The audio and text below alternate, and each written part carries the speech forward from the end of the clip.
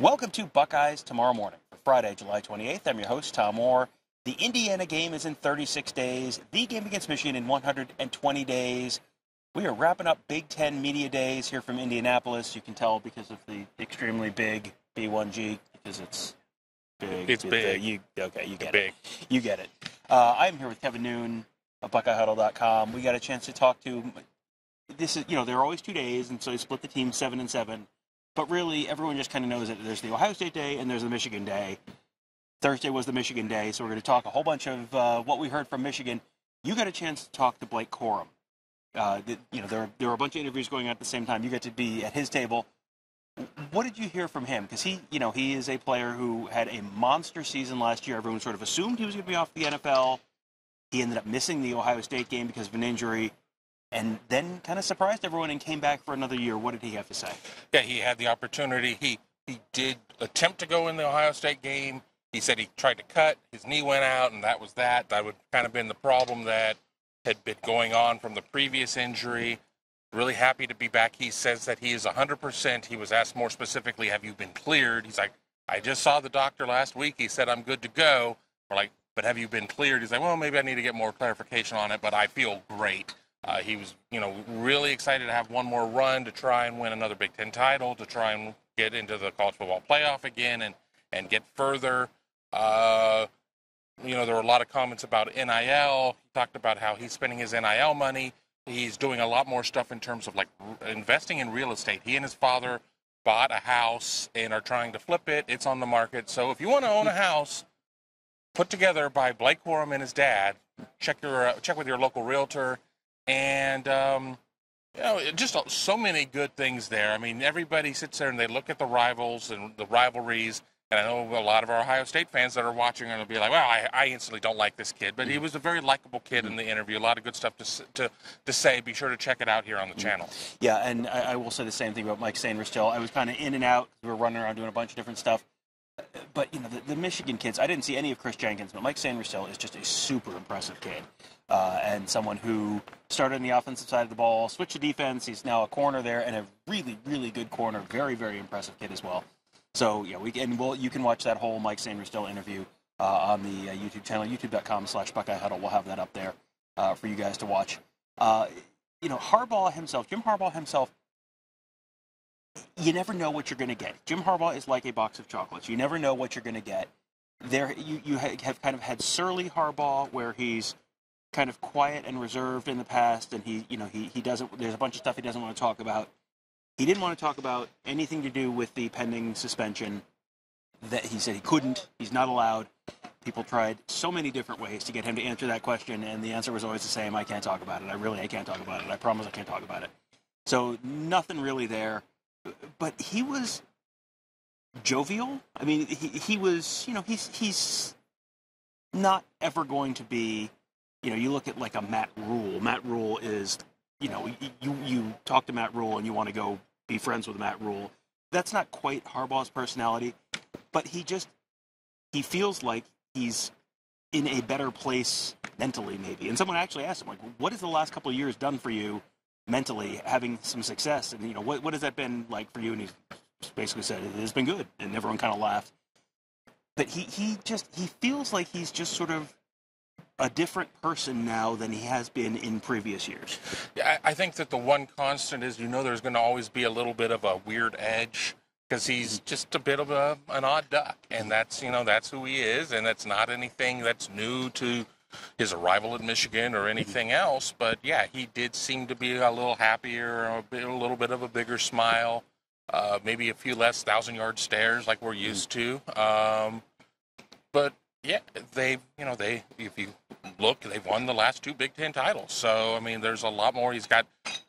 There were plenty of years that we were here and it's like, is this his last year? Is this his last year? Well, he certainly has now bought himself time. And, it's Ohio State on the other side, where everybody's like, is this going to be the year that Ohio State's going to bring balance back to the rivalry? But he did a good job of answering his questions, even if it's sometimes like trying to get blood from a stone. Well, I thought the day sort of started with him up at the podium, and this was a section that aired on Big Ten Network, just in case you're not familiar with how this works. they're up. All the coaches are up on the podium, and it streams on They show it on Big Ten Network, and that's like 15 minutes. And then later in the day, you get them for 45 minutes, just in a much more informal kind of setting.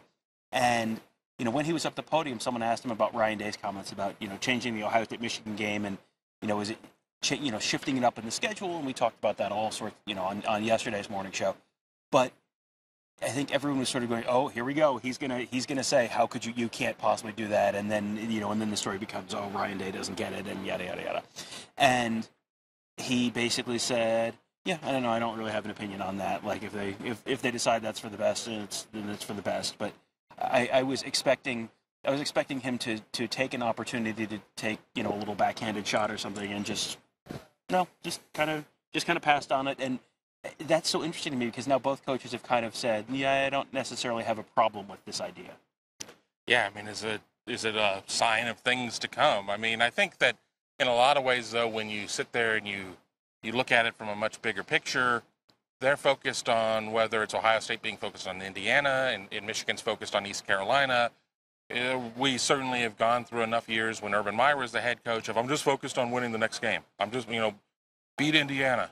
And it's still going to be something that's going to get talked about. It's still something that we're going to talk about because it's such a change to what we've come to expect out of many, many, many decades of this rivalry and where this game has fallen. But I think that everybody knows that college football of old, in a lot of ways, is going away because of the dollar figures and the distribution rights and everything else. And if you're not willing to try and board the bus, you're going to get run over by the bus. Mm-hmm. And there was some other stuff that Harbaugh talked about that was really interesting to me. One thing was, and this is a question that came from an Ohio State reporter, so obviously the reason for that is the Ohio State quarterback position is still unsettled right now. I don't think anyone's expecting Ohio State to do what Jim Harbaugh did last year, but he was asked about taking the quarterback battle into the season last year because it was Cade McNamara versus J.J. McCarthy, and I think we all sort of assumed J.J. McCarthy's going to win this. But to unseat a guy like Cade McNamara, who took you to the college football playoff the previous season, you got to kind of show your work. You've got to really, you have to have a compelling case to make that switch, I think. And Harbaugh last year took that quarterback battle into the season where game one of the guys started, game two, the other guy started, and then they, made that decision. I don't know that that's something I expect from Ohio State this year. I kind of get the sense that they would prefer to have something kind of done and dusted before that. But what do you remember his thoughts on kind of why he decided to do that? And because it was so close. I mean, he said the competition between McNamara and McCarthy was so close that they needed to take a little additional time and have it get in there, which is very different than where Ohio State's quarterback battle was. Ryan Day purporting that he wanted to try and make it, if he could make a decision at the end of spring that he was going to do that. Obviously, Devin Brown got injured, did not participate in the spring game, and I don't think any of us really were expecting a starter to get named at that point. There's no upside whatsoever in doing so. But, I don't see Ohio State doing that no matter how close the quarterback battle is. And Ryan Day did say on Wednesday that it was very close. And then people tried to drill down on there. Would you say it's 50-50, 51-49, 60-40, any combination of numbers that add up to 100.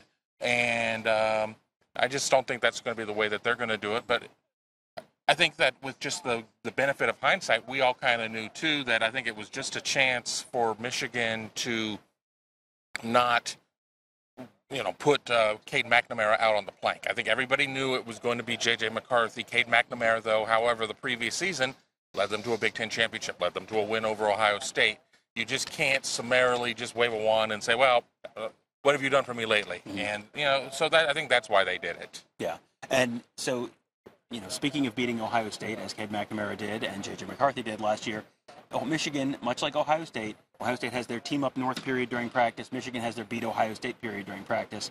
Harbaugh saw they have added a beat Georgia period during practice, which is, that's kind of interesting to me because that kind of tells you where their goals are, and they are aiming higher. They're not getting complacent. They're not saying, well, beating Ohio State and winning the Big Ten, like, that's good. And making the college football playoff, like, great. They've done that 2 years in a row. It has not gone great for them in the college football playoff once they've gotten there. But there was all sorts of questions about avoiding complacency after winning the Big Ten a couple of years in a row. that's certainly one way to avoid complacency. There was also someone asked a question about, is there sort of a championship or bust mentality among the Michigan players? And Harbaugh said, no, that is not anything. He thinks that's kind of made up. And someone followed up and said, well, what about 2 years ago when you were here and you said you're going to beat Ohio State or die trying? He's like, well, that's different because that's a real thing. That means something.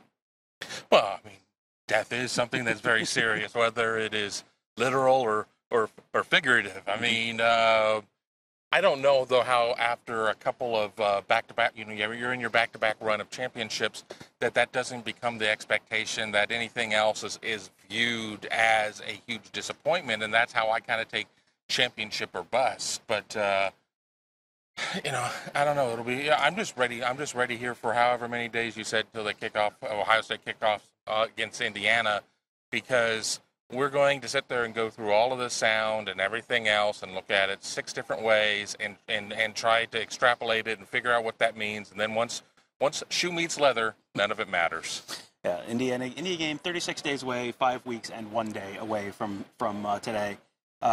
Couple quick things to wrap up with. Harbaugh was asked about NIL and the transfer portal, and there's been lots of wailing and gnashing of teeth. He had a really interesting take on that.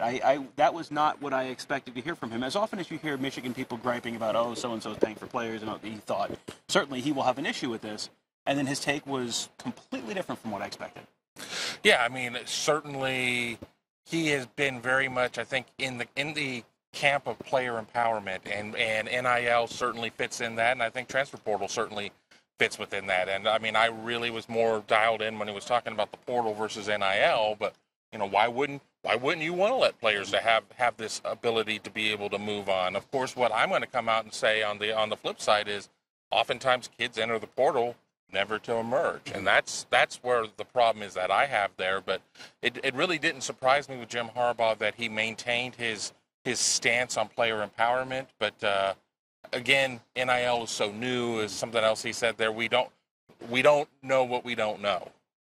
And the last thing he was asked about, literally the final question was, you're recruiting Ohio more. It feels like, are you recruiting Ohio more, or are you getting a better, are you getting more traction in Ohio after the last couple of years and beating Ohio State? He said they are recruiting Ohio more because it's sort of a chicken and the egg thing. You're recruiting Ohio more because you're getting a better response, so you're doing it more. And they are going to be trying to recruit Ohio this weekend when Aaron Scott, cornerback out of Springfield, announces his commitment on Sunday. Buckeye Huddle will be there for that. We'll have complete coverage at BuckeyeHuddle.com and, of course, at YouTube.com/BuckeyeHuddle of that news. Should be one way or the other, that is going to be a significant needle mover for both the Ohio State and Michigan fan bases. So we'll have complete coverage of that coming up this weekend. Make sure you are subscribed to our YouTube channel, youtube.com/BuckeyeHuddle, and subscribe to BuckeyeHuddle.com as well, because we're going to have plenty of coverage coming there, and that is far from the only recruiting decision that's coming up. Safety KJ Bolden coming up a week after that. Hey, guess what? Fall camp coming up very soon as well. So lots of news, lots of excitement, lots of fun, all at BuckeyeHuddle.com. That will do it for today. Thank you guys all for joining us. Have a great day and have a great weekend. We'll talk to you on Monday.